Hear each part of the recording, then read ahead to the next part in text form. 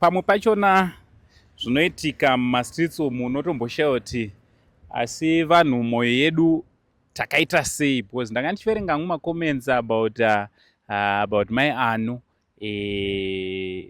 zvachona zvimwe zvachona zvanga zvichitondishungurudza nekundidya mwoyo kuti kunyange takaresverwa mai anu havana kumbouya kudzimba dzedu vakatiresvera kudzimba dzedu, but how could someone say zvinhu zvakadaro pasocial media? Handiti handisanda kuzivisai zvizere, pamwe zvandichataura panapa nezvatichaita panapa zvinogona kudzora mwoyo yenyu. Asi chekutanga, kana uri kutiona kekutanga paSane TV, I kindly ask you to subscribe, turn on your notification bell so that every time we upload a video you'll be notified. Also don't forget kuti follow up Facebook page, TikTok pane account yangu inini yakanzi Uncle Saint, Facebook page rangu hande itino followa zvakare. Ndichitoti murisei kwese kwamuri, muri yeZimbabwe. Iye zvino ndakamira nehama dzandakamira panapa nadzo dzandoda kuti dzizviintroduce dzega, because ndikavataurira munogona kufunga kuti ndiri kunyepa. Handiti mogara pasi, ndoda kuti muteererese nyaya iri panapa. Tateerera towana nzira dzekubetsera nadzo, kuti tinobetsera nemacomments ari positive, tinobetsera nawo nenzira dzatokwanisa kunge tiri tinobatsira nadzo. Mama makadi zvenyu? Tinofara Uncle Saint. Kwakadi kuGlendale? kuGlendale kuri right. Handiti? Amene kuno kuchirungu. Kunoku kwakanaka chose. Tafara takuona inhasi. Kana nesuwo tafara singaite. Handiti? Tinotenda. Shamwari yangu wakadi zvavo? Right. Usatya zvako. Handiti? Kuri sei kuchikoro? Kuri bo. Uri grade ani? 7. Unonzani? Carlington Bire. Ani? Carlington Bire. Carlington Bire. Alright, grade 7. Ndimi makanyora wakapasa here grade 7? Asikuziva. Usikuziva. Aiwa, don't worry, manje maresults anobuda. Nditi mama mungadawo kuzivisa muri yeZimbabwe kuti munombonzani, uye munogara kupi, uye Portia Vasco kana kuti mai ano. Handiti makavaziva sei zvichidaro. Alright. Inini Portia ndakamuziva ari muroora wangu. Alright. Aigara nemwana wangu. Ndopa ndakamuziva ipapo. Alright. Kuroti muroora wenyu Portia? Muroora wangu. Kupi kwamakavazira, kana kuti igore ripi zvichifamba sei? Pato nemakore. Pane makore. Alright. Pato nemakore. Makore angadarike mangani? Ndichanyatsoziva, asi makore akangosiyawo mwana uyu. Upi unoyu? Uye yushu. Musadaro, mwana wa mai anoyu wa Portia? Mwana wa Portia muri kuona akasiyiwa ari mucheche mwana uyu. Akabva angoenda Portia atazombomuona. So mwana wangu akazoroora mumwe mudzimai wanga akugara naye, ndiye akasitanga kuchengetawo mwana iyeyu. Alright. Ngatimirei, tanyanyisa kumhanyisa sterei. Kana muchiti ari mucheche tingati chizve more than 10 years? Ngachitori kuma 2 years. Apa mukomana ane makore mangani? Ane 14 years. Kuroti zvatova nekuma 12 years? Makore chaiwo chokwadi. Saka mwana akambomuona here kubva paanga ane 2 years kusvika pari nhasi? Mwana iye akamuona, I think pakapedzera kumuona ka1. I think anga ari kuma 4 years, asati achangaenda kucrash mwana. Ndo paakaonana namai vake. Pavakatouya kwandiri, zuva ravakasvika iroro vakatongosvika vachichema baba vake mwana uyu. Vanga vashaika, ndobva ati ndakanzwa nevanhu kuti baba vemwana uyu havasi kuwanika. Vana muti abva atochema. Musi wacho vakabvandisira $30. Akati ndokumbirawo murambe mune mwana wangu, ndinodzoka ndokuonai. Ndopakangoenda wakadaro Portia. Saka tiri kuti 10 years, boss. Kana muchiti anga kuma 4 years, kureva kuti 10 years ago paakapedza kuuya kuzoona mwana. Ichokwadi ichocho anko. Baba vemwana kwaiva kushayikwa, kwekushayikwa sei? Baba vemwana vanga vaenda kubasa. Kunonzi kumazowe, kumasasa. Vaenda kubasa, havana kudzoka. pakazoya message after 3 days ichiti munhu asikuwanika kubasa. From there tikabva tatanga kufamba kwatainobatsirwa, ingonzwa vamwe vaiti mupenyu, vamwe vaiti akafa. Saka takambozama kufamba kusvika izvezvi patiri hatitozive. Saka zvinhu zvinotishungurudza kuti baba vemwana uyu hapana, mai vake hapana. Saka nhasi ndafara, ndakunoonawo mai vake, ndanzwa kuti vari kwamuri Uncle Saint. Saka ndo vatinoona mwana amboonawo mai vake, makore acho awandi.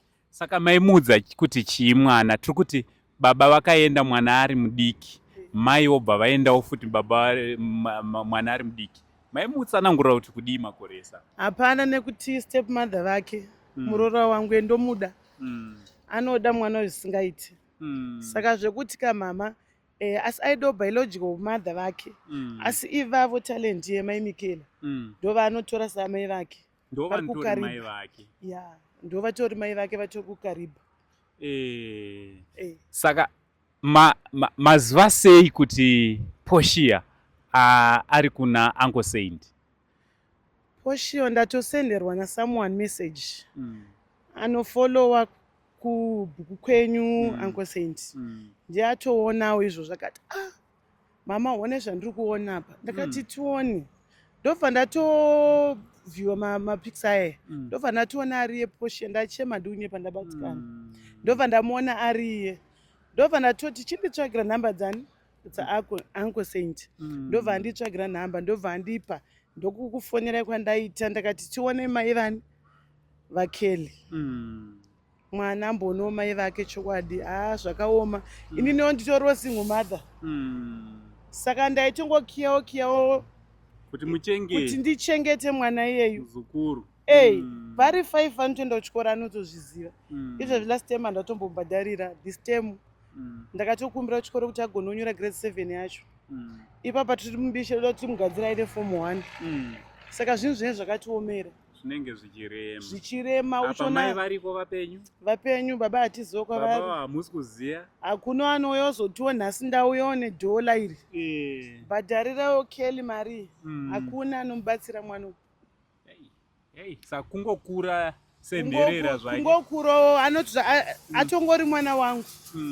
Kana ndakamutarisa mwana wangu, zvekuti asingazivi anotongoti mwana wangu. Kana munhu akandibvunza nevangani, ndinotongotara nhamba yevana vangu including iye, ndotongomuti mwana wangu, asi anoziva, anototaura kuti muzukuru. Ende makanobvunza vekumaraini kwedu vanotozviziva kuti mwana uyu akura maoko mana, amuendesa kuchikoro kwacho ndiani.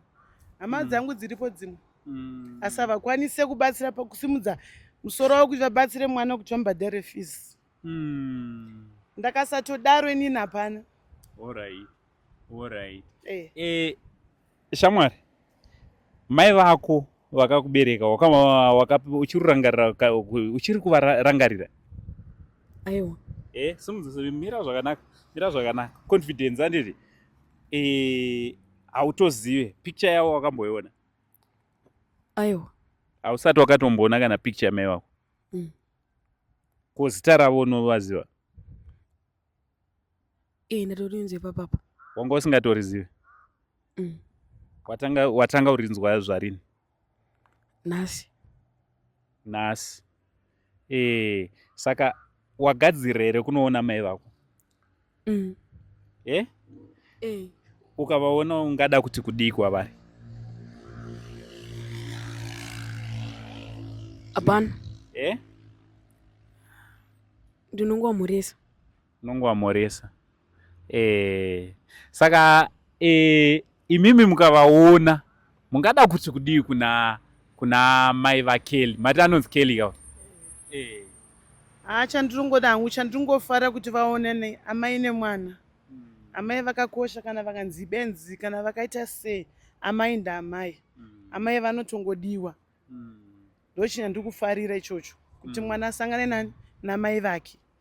Pamwoyo penyu imimi, pamwoyo penyu nezvese zvakaitika, mungati mazvowanawo here kuti mungavaregerera? Ndoiziva kuti mune kukanganisa zvimwe zvasingakwanisi kutaura panapa pavhidhiyo. Mungati mazvowanawo pamwoyo penyu kuti mamuregerera here Portia? Ndinotongomuregera, Mwari ndo vanoziva. Kozi iwo munhu hauna chaunokwanisa kutonga, anotonga ndiMwari. Sinototadzirawo Mwari each and every time, but vanotiregerera. Saka tinongomuregerawo, chatinoda ngoti akwanise kuona mwana wake. Mwana wake azoti mwana wake mupenyu waakarasirira ndinaye. Hama dzangu, kune vaya vanga vachitadza kuregerera Portia, vamwe aibetserwa panapa SainTV, ava vaimutengera chikafu, mubhedha, magumbeze, mastovhu, Portia, hembe, zvakawanda zvangachitirwa, accommodation pana Maizenda kwatiri kuenda kuEpworth, ndo vanotomudi chengeta. Asi vanhu vanga vakuora moyo, vanhu vanga vasingachadi kana kubuditsa kana sendi, but muri kuuya neumwe mwana wake kau arikufanira kuzochengeta kau fomu 1 ada kutoendeswa namai vake kau. Namai vake chokwadi, ada kutomboendeswa namai vake. Kozi kwandabva ndokure. Vamwe vangati mbuya vari kuti natsotaurayi ukama chaiwo chaiwo hwenyu nemwana kuti zvakamira sei. Kellington muzukuru wangu, mwana wemwana wangu, Portia muroora wangu. Chokwadi ichocho. Saka muriona panapa hama dzangu zvakuda kuti tiwane muhana dzedu tiregerere, tiwanewo kubetsera mbuya vaKelly, anditi mbuya vaAno ava, anditi vange vari vanobatsirika. Let's find it in our hearts.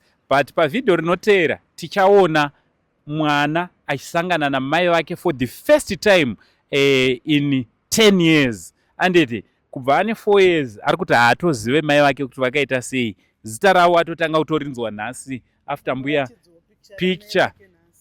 Saka toda kunoona kuti zvichafamba sei. Isusu takuda kuti tibetsere vaAno naKelly, anditi tivabatsirewo aendewo kufomu 1 zvinobata.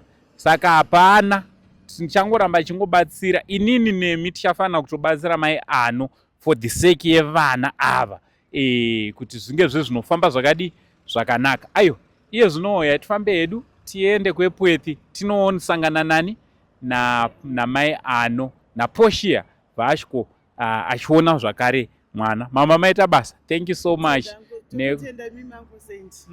Handima tototenda kuti Mwari aramba achikuropafadzai, aramba achikuwedzerai. Kosi tasingatomboziva kuti Portia tomuonawo kupi. Chingoti mwoyo isi hatina kana mazuva tabva notaura nezvake tikati nhai mupenyu here kana kuti akafa.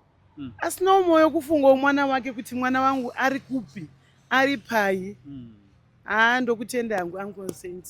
Aiwa, pazvinhu zvose tinotenda Mwari. Tichingoramba tingoita mwoyo murefu.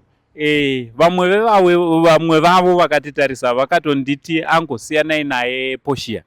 Nehama dzaPortia ndandikudzei, hama dzake chaidzove kwamai here kana kuti vakatondifonera ndotorinawo macontacts vakatoti Uncle Saint munhu yeye siyanai naye agare muroad, but for the sake yauyu manje nethe sake yaAno ndakati Mwari kana vachida, kana ndichinzi inini ndicharambwa vachandi unfollower, let them unfollow me, but I'm not going to lose hope pana mai Ano nemhuri yake, nekuti pane chinoramba chiiswa mumwoyo mangu naMwari. Saka chimwe chacho ndiri kutochiona kuti ndichochi. Dai ndakati vana basa ngatisiyei, dai pamwe musina kutoona vhidhiyo ratakaita nezuro nanhasi, dai nhasi musina kutokwira kuuya.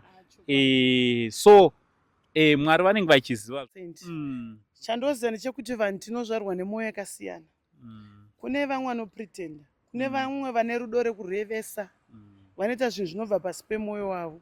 Saka vanongozvitongerwawo naMwari wavo nemwoyo yavo. Imi musadzorwa kumashure nekuda kwevanhu.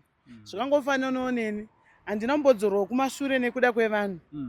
Handina kuwana mubatsiri, asi mwana angoripo. Mwari vaingondipa simba rekungoti ndimuchengete kusvika paari. Kozi handizive pamwe ndachandichengetawo mangwana ndakura, ndiri kutokura, ndatokura infact pandiri. Saka pamwe ndachandichengeta, pamwe achachengetawo vamwe vana vangu vadiki vandinavo. We never know. Inini regai ndikudzei chokwadi, mai Ano vakasvika pakuudzwa nevanhu, because takazovatsvagira foni, vane foni, vanhu vakasvika pakuvafonera kuti uri kushandiswa naAngo Saint. Ango Saint vari kutoita mari nekukuposta mavideos kwavari kuita. Ivava ndozvavo vamwe vavo ndozvavakataura. Ndakasvika pakubatikana ndikati saka mai anomo mafungei vakatomboramba kuita mavideos vachiti vari kundiitisa mari, but zvinoita nzara manje. Nzara yazobata indagara umba kwangu vakanditsvaga futi vakati Ango handichaziva. Ndikati aiwa inini kuitira ndirege kuita mari nemi nekuti vanhu vari kuti ndiri kutora mari ndichidya hamenoti imari ipi, because pana mai ano ndoda kukuudzai chokwadi Mwari vari mupupuri mai Zenda nedzimwe hama dzinozviziva. Ndini ndakatoshandisa mari yangu yakawandisa kunge ndiri ndinobatsira mai ano. Saka zvakandirwadza for the one time yandakachema nekuda kwemashoko iwowo, but after ndachema pane mwoyo wakauya mandiri ukati vanhu vati asi Mwari ari kuti kudii. Muri kuona vanhu vanogona kutaura asi iwo woteerera vanhu here kana kuti zviri kutaura ani? Mwari.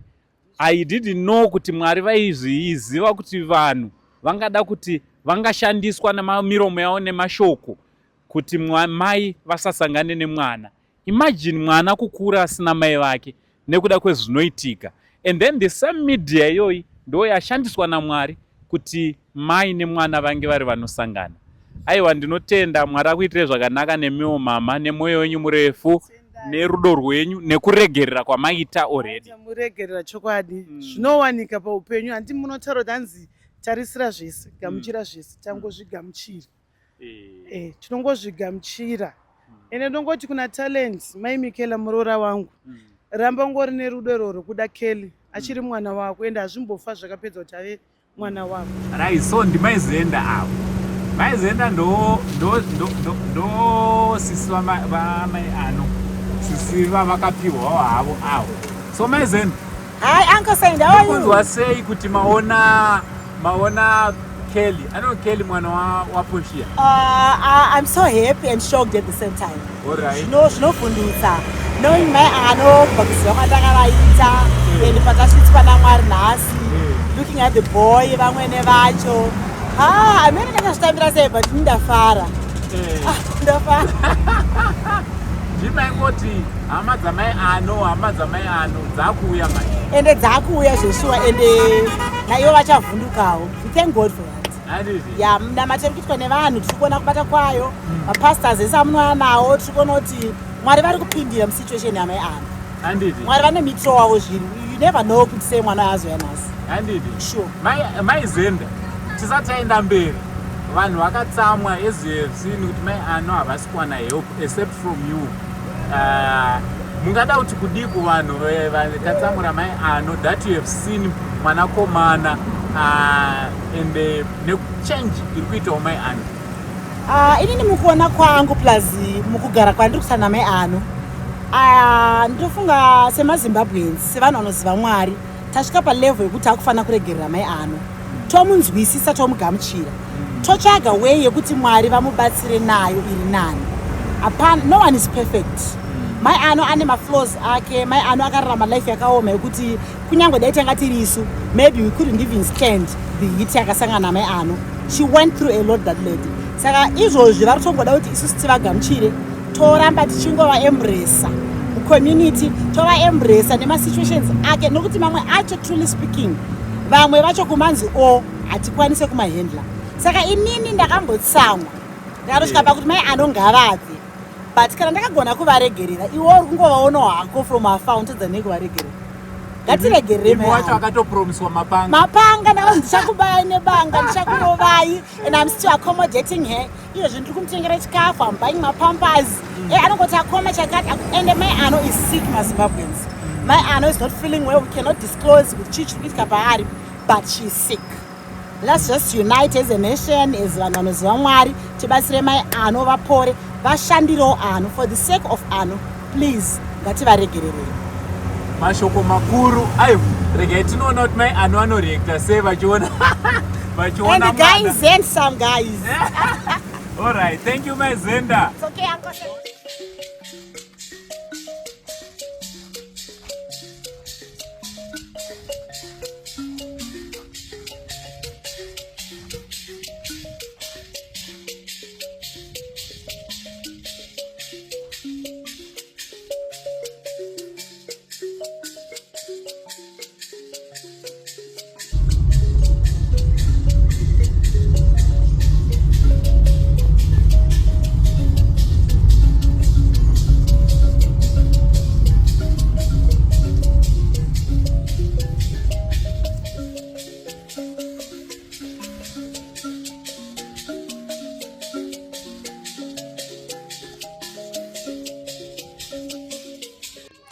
Right. Iye zvino tauya kunoku. Tauya kuti ndizomboonawo mai ano kuti vaswera sei pamwe naano mukaradhu. Mai ano, munofara here? Ndinofara, nyama dziri kurwadza. Muri kurwadziwa mai ano? Mai ano ari kurwadziwa.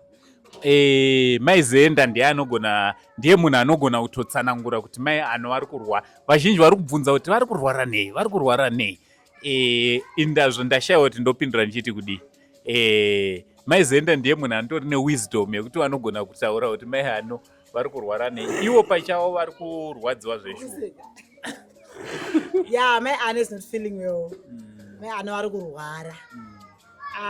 Angozendi mandomisira mati ndine wisdom dzekutaura kuti nango mai ano vari kurwara nei, but chandingangotaura hangu kuvanhu vari kuona izvozvo ndechekuti mai ano vari kurwara.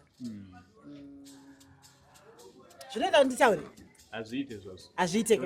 Yeah, zveshuwa. It's too personal. My ano is not feeling well, hama dzangu. Vari kurwara, vane nguva yakati rebei vasinganzwe zvakanaka. Tamboenda navo kwadhokta, vakanobatsirwa zvavakabatsirwa zvikaita nani. Izvozvi ndiri kuona kunge zvadzoka nesimba. Vari kurwara.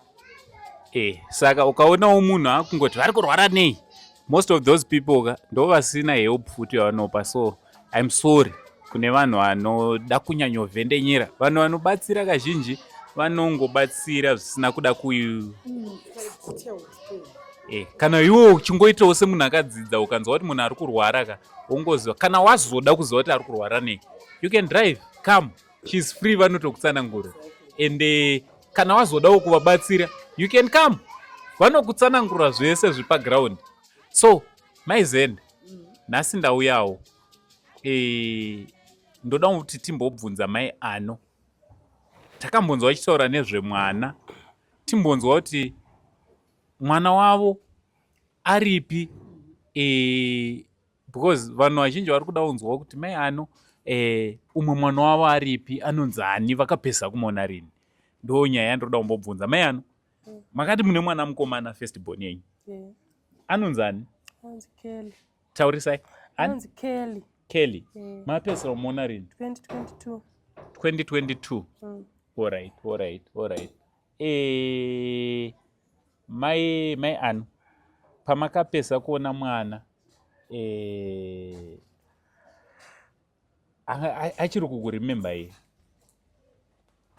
Asa mai wake azokanganwa zvake, but hapane time. Pane time? Yeah. Anogara nani? Nambuya yake. Mbuya wake mai vani? Mai baba wake. Mai baba kupi? Glendale. Alright. Saka mchaenda unomuona rini imi? Handizive Mwari. Hamuzive Mwari sei? Imi handindi munovana uronga here mai ano? Handitoziva, handina mari. Izvozvi ndiri kutorwara, handitoziva mamiriro azvakaita.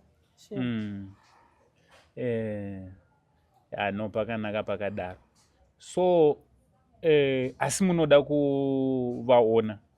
Ndinoda kuvaona. Kumuona mwana pamwe nambuya vake? Maigara sei nambuya ano nambuya vaKelly nababa vaKelly? Zvaigara zvakanaka, izvi zvazongoparadzana nekuuya kuti baba vaKelly vakashayika. Vakazoshayikwa?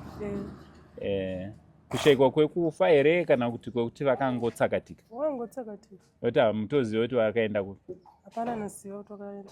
Hapana? Hapana. Alright. But manga makagara zvenyu zvakanaka ndi? Takagara zvakanaka. Handiti? Alright, no pakanaka. Saka mai anoka ndine zvinhu zvandiroda kumbokusurprise. Maizenda ndine surprise yandiroda kumbopa mai ano. Mai ano vajairawo masurprise. Vanoziva kuti anko vakambosurprise vakauya nemubhedha, anko vakauya sana. Nhasi ndine zvimwe futi zvandiroda kusurprise. Are you ready for that? Alright, ndiri ready zvangu. Muri ready? Mungafungidzire kuti chingari chii? Handitozivi nango. Anko anogona kuuya nemari ka? Anko mari vanopora. Ango anogona kungouya nemari. Saka muri kufunga kuti alright, pasurprise yatinayo ingava mari kana kuti chii kana kuti chii? Pamwe chike pamwe grocery remwana. Grocery remwana. Pamwe tuhembe twemwana wamene. Munotoziva zvenyu kuti mwana ndinomuda uyu, hatiti? ndosaka muri kuti havasi kutaura zvavoiwo vari kutaura handiti but chamagona henyu chamataura chinhuwani shuwa zvandiroda kusurprise izvi zvine chekuita nechi nemwana mazvinzwa mai ano zvine chekuita nechi saka hama dzangu garai ipapo timboona kuti surprise yatavigira mai ano vachaigamuchira sei. Imimi mira ipapo makadaro ndakunotora surprise yamai ano, mirai muri ipapo. Akumbira mondi ba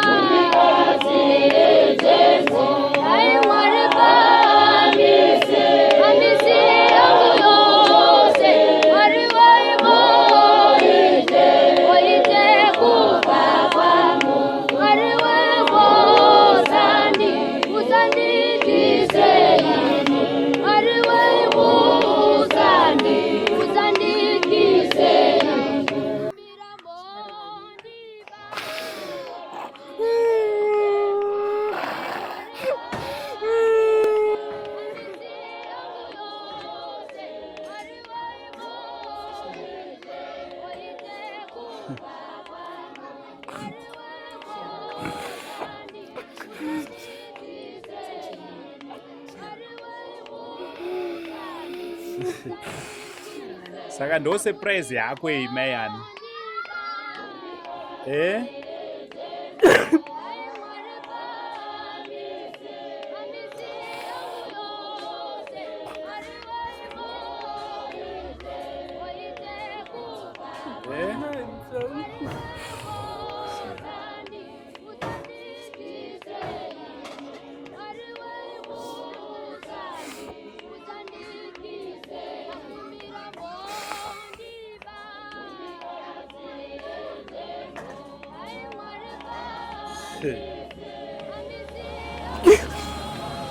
Man, Diana. Ai mai ano. Ai Porsche. Datiti Porsche.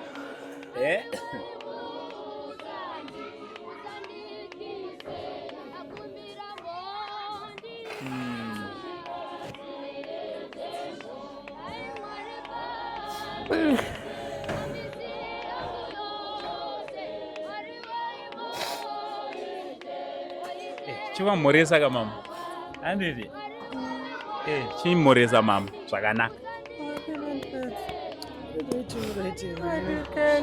Kelari right. Anta uchada kuyazoona mwana. Sauya manpet, sorry manpet. Nota akusori kwandiri kokeli. Kala mini mwari, but nitana shungu tsuda kumona, wanonga skali. Wapesa kuona mwana rini. Pani time. Tiri kumuziya mwana manje. Ungoziya umona, wanonga skali, wanokunorasika. Nokuna kurasika. Kelari right. Akatobva nonyora grade 7 last week. Ari right. Ngomirira iwe kuti uyozomuona. Handizi kuti unoyazomuona rini. Ndouya ndikangona kamari papa, ndouya ndikangosimba muchana. Unounza kuti mai vako ndavaona. Asi izvo zvokaona nemwana parodhi munogona kupfuurana kuti hamuchazivana, munotopesana.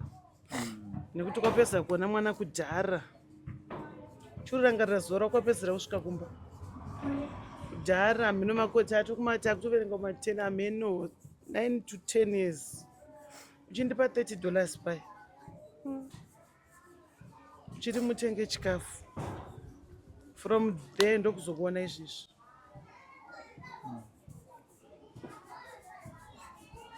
Chii chiri kuitika? Ndosiya weni. Zvakuda Mwari. Mwari vapindire. Zvakuda Mwari. Anyway, tisingapedze nguva. mai ano. Gogo vane zvavakurongedzerai. Handiti gogo vaKelly. Pavanzwa kuti muri kunoku vane parcel yavakurongedzerai. Handiti? imimi pamwe chete nani naano handiti vane paseo yavakurongedzerai yandiroda kuti munge muri munogamuchira zvakare handiti ina ndina pasuru nhasi munhu ane paseo ndiani ndigogo handiti paseo yavakuigirai mungada kuti kudii musati maiona kwavari inochomotaura nini zvakaomesmenpedzi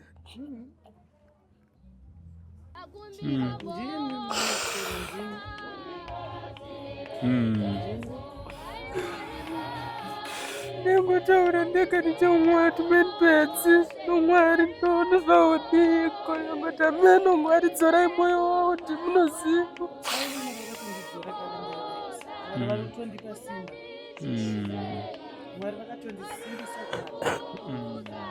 mwari vakatondisimbisa kare dai vasina kundisimbisa dai ndisina Kelly. Mwari vakatondisimbisa ende zvenyu zvakaoma pafizi unoziva vana vandinavo pativi mwari vakangomira svika nhasi ndiripo.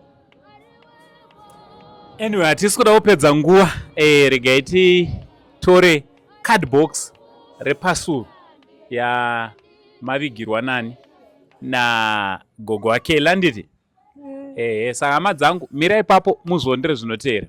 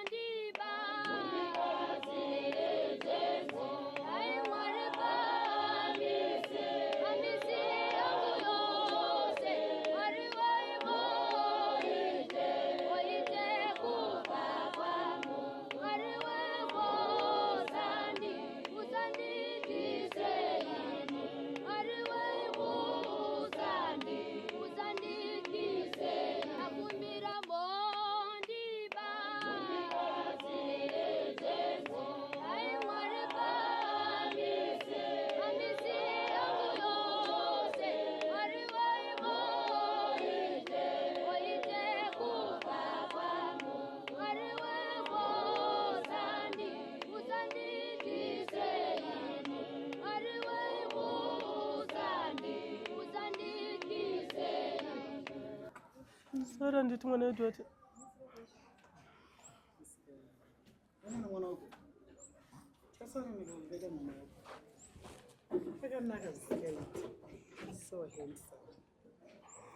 waruchengeta mwana zvakanaka. Mayano mamuzere mwana ndamuziva ndiani anonzi Kelly mwana wangu. Kelly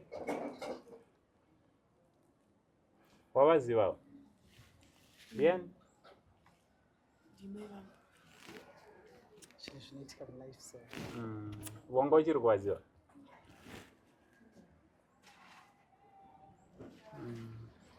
ko uyo akabatwa wakambomuona mupe ambati uyo ihanzvadzi yako handiti akafanana nani kafanana nani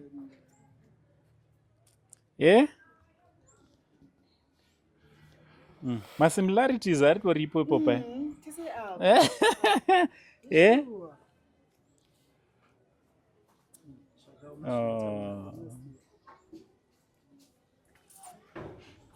Mayan muri kunzwa sei vana venyu ava vakabatana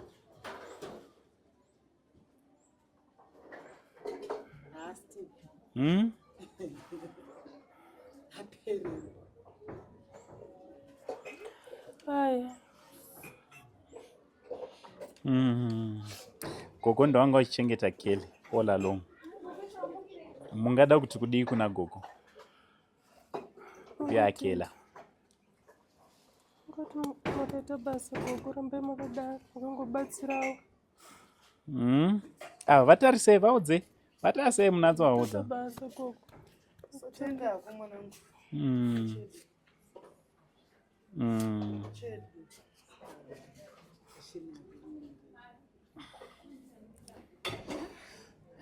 Yeah. So hama dzangu ka ndofunga muri kungozvionera, that is my ano, my Kelly. Anditi, look at the kids. Gogo vari kuita basa guru. Anditi, toda kungokutendai mama, thank you so much nebasa ramuri kubata. Mukomana arione ngoma uyu achatouya kuti hake mukosha wangu mumba kwangu. Ndogara ndabatira vakwasha, munoziva kwatiri kuenda uku ndo zviri kutongodiwa. Tongogara tabatira chi anoita muzukuru wangu neuyu mukomana wacho aripo uyu padhuze kabhebha kwawakaona. Aniti, wow. So hama dzangu ka apa tinoti Ebenezer ndo patasvitswa nani naMwari. Apa ndo patasvitswa naMwari. Vari vekudenga vachitiitira zvakanaka. Regai nditaure from Maizenda. Maizenda bate apa munozvibatira mega. All right. Maizenda, Uncle Saint. mungadawo kuti kudii nechiitiko chaitika nhasi mawitnessa nhasi? Zvinhu zvinofadza, zvinochemedza, zvichivhundutsa zvakare. Nokuti munhu kana wakazvara, nyangwe life ikaoma, unofanira kuziva kuti wakazvara. Mai ano aifana kuita achinoona mwana. Mwana ari kuchengetwa zvakanaka, totenda zvakanyanya gogo. Kelly is healthy and is so handsome. Zviri kuoneka kuti mwana akagara zvakanaka. Tafara kumuona nokuti Posha aigara achitaura. First born yangu iri kuGlendale. Wamboinoona mwana here asingataure zvinonzwisisika. Patotenda gogo nokuchengeta kwamuri kuita mwana. Mauya naye amuona. Kunyange masvika zvenyu mai vacho vasiri kunzwa zvakanaka. Patongotenda Mwari nazvose. Handi zvinhu zvose zvinoitwa nekuda kwaMwari. Hatigone kupesana nemarongero anenge akaita Mwari. Saka pazviri ipapo changoti Mwari vatipe simba, tipfuurire mberi, tichienda kumberi naye Posha nemwana wake naAno. Family yenyu yakura ka, at least apa mane contact nagogo. Exactly. Makukwanisa kutaura nabhudhi. Yes, zvidaro. Gogo waKelly ndo futi gogo waAno ivavo. Ndo chokwadi. Ndo vanenge vakuziva kuti mai ano vanowaona papa. Sure. Tinokutendai zvakanyanya Uncle Saint nebasa ramuri kubata. Mwari vari kuramba vachikupai simba ende ngavaramba vachikupai simba. Tochiziva kuti muindustry menyu vanorwisa havashaike. But tinongoramba tichikunamatirai. Zvishoma zvamunowana munoya nazvo and ahead kuti nezuro mamuri panapa. Ndikatozoona matoposta, ndona antisipo ndikuita nemamabasa. Tokutendai zvakanyanya. Mwari ngavaramba vachikupai simba.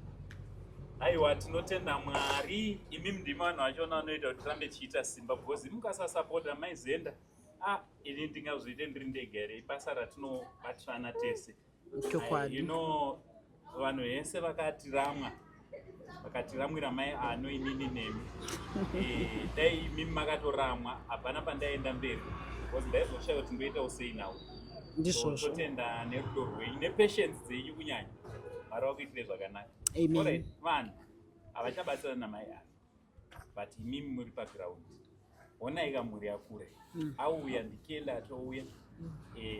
Muri kudawo kuti kudii zvikataurwa naAnko Saint kunzi Anko chichi imimi sawewisha. Just like everyone else anobatsira paSaint. Mungada kuti kudii kune mamwe mawewishers angaura moyo maringe nestori yamai ano. Story yamai ano ukasaibata zvakanaka unogona kuita give up. But inini semunhu ari paground every day ndiri kuda kungoti ngatisaurei moyo namai ano. Sekutaura kwanamboita kumashure kuti mai ano zvavakasangana nazvo tikazvipa mumwe munhu nhasi kuti imborarama kana 5 hours unogona kukundikana. She's just a strong woman this one. Saka ndiri kuti kuvanhu vari kunze well wishers ngatirambei tichingounza rubatsiro kuna mai ano. Zvamuri kupa Anko chero makavapa muri kupi zviri kusvika. Ini ndini nepamba pari kugarwa namai ano pano patakatogara.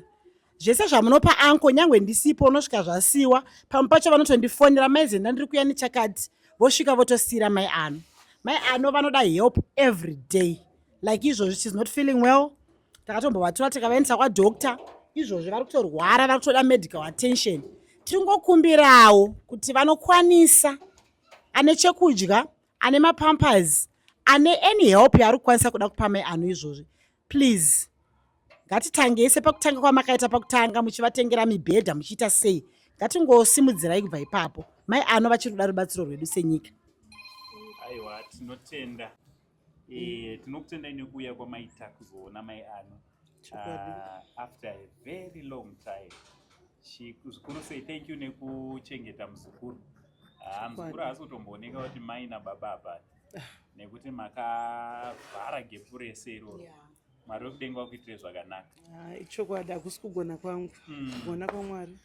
Mwari vanokupa zvaunokwanisa kutakura, havakupe zvausingakwanisi kuita sei. Ndinogona kuda kuchema, kuda kudii, but Mwari vanenge vachitoziva, ndovane maplans azvo, ndovatiuronga kuti zuva rinori chava tiri tese. Hakusi kugona kwangu. Ndataura nemima pafoni after maona video, mandifonera muchichema, kunzwai manga muchichema makaremera. Chokwadi.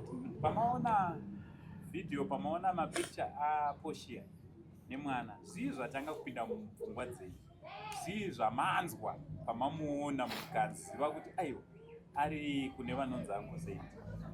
Handidi unyepa hangu, ndachema. Kuchema kwandaita hakusi kwekuti kwekubatikana, asi kwekufara kuti dai pasina Uncle Saint tatisingambomuona, kosi tachingoti akafa. Asi kunaye mwana wangu azonditumirawo mapics, ndikati ndiye uyu, ende zveshuwa ndafara, ende tamuona ndiye. Ndozvandotaurawo, chokwadi ichocho, kuti basa renyu ngariende mberi, musaitire isusu chete, itireiwo vakawanda. Aiwa, tinotenda. Mwana waPortia Kelly tanzwa kuti ari kuenda kuchikoro, anga achiita grade? Anga achiita grade 7. Saka form 1 zvakamira sei? Muri kukunda here? Maunganidza here? Zviri kudi? Ipapo angu pari kuremera, nekuti mari yelast term handina kuibhadhara, nethis term ndakakwanisa kungobhadhara mari yeregistration. Ndakakumbira kune mukuru wechikoro akandinzwisisa, akati vana venyu vakawanda vamuri kubhadharira, so ndiri kukunzwisisai, ndakuchikupai period kusvika November, munge mazoitawo semabhadhara mari yefees. Mwana ngawe akaite se anyore, aiva vakanditendera, vakanditambira vepachikoro paanodzidza. Alright, maarias akamira sei? This term vanga vachiti mwana anobhadhara 8, but last term ndeye 70. Sakura kuti muri kuda mune chikwereti chinosvika kumachi 150. Pedro pa 150 muri kuda zvakare kuti aende form 1. Kuti achienda form 1. Zvakamira sei apa?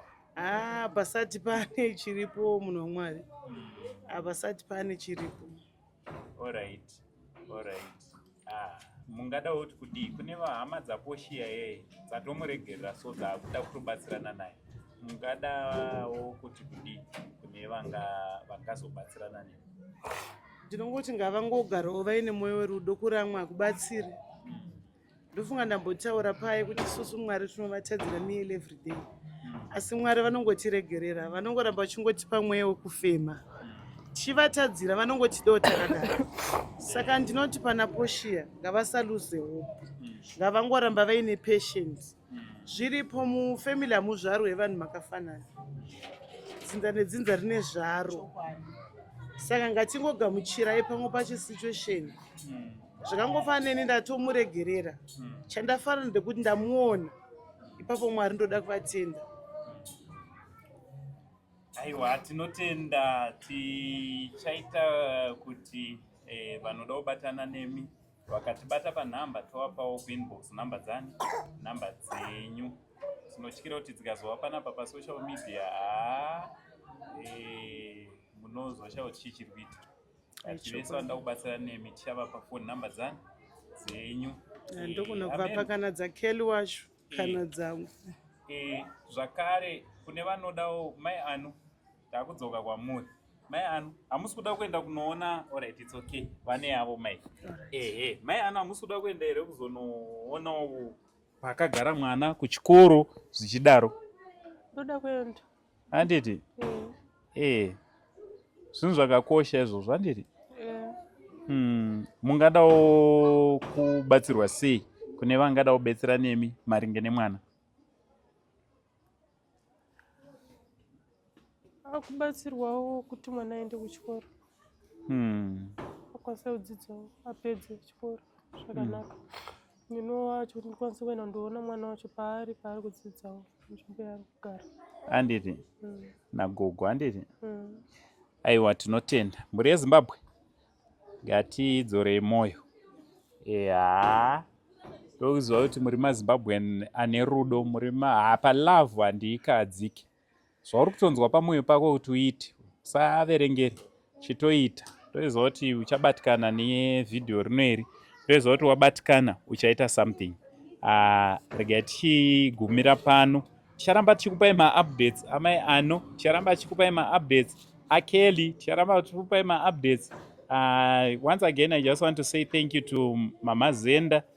My Zenda is the last person where anonzi last man standing ndo munhu aramba akamira namai ano mai Zenda kana kune munhu aifanira kutsamwira mai ano ende vavo vane kodzero kana mwari chaicho aitovanzwisisa ndimai Zenda but she's one person anoramba achivasapota anoramba achimira nawo vanhu vakadai isu tikavawana manje tinovatora tovaisa panodziya because hatidi kurasikirwa nevanhu vakadai because vashomasa vane patience dzakadai mwari wekudenga vavaitire zvakanaka from Uncle Saint the only Zimbabwean uncle haiwa apa I'm a proud uncle ndofunga uncle wabuda apa wabuda yeah, for now it's much love and God bless you.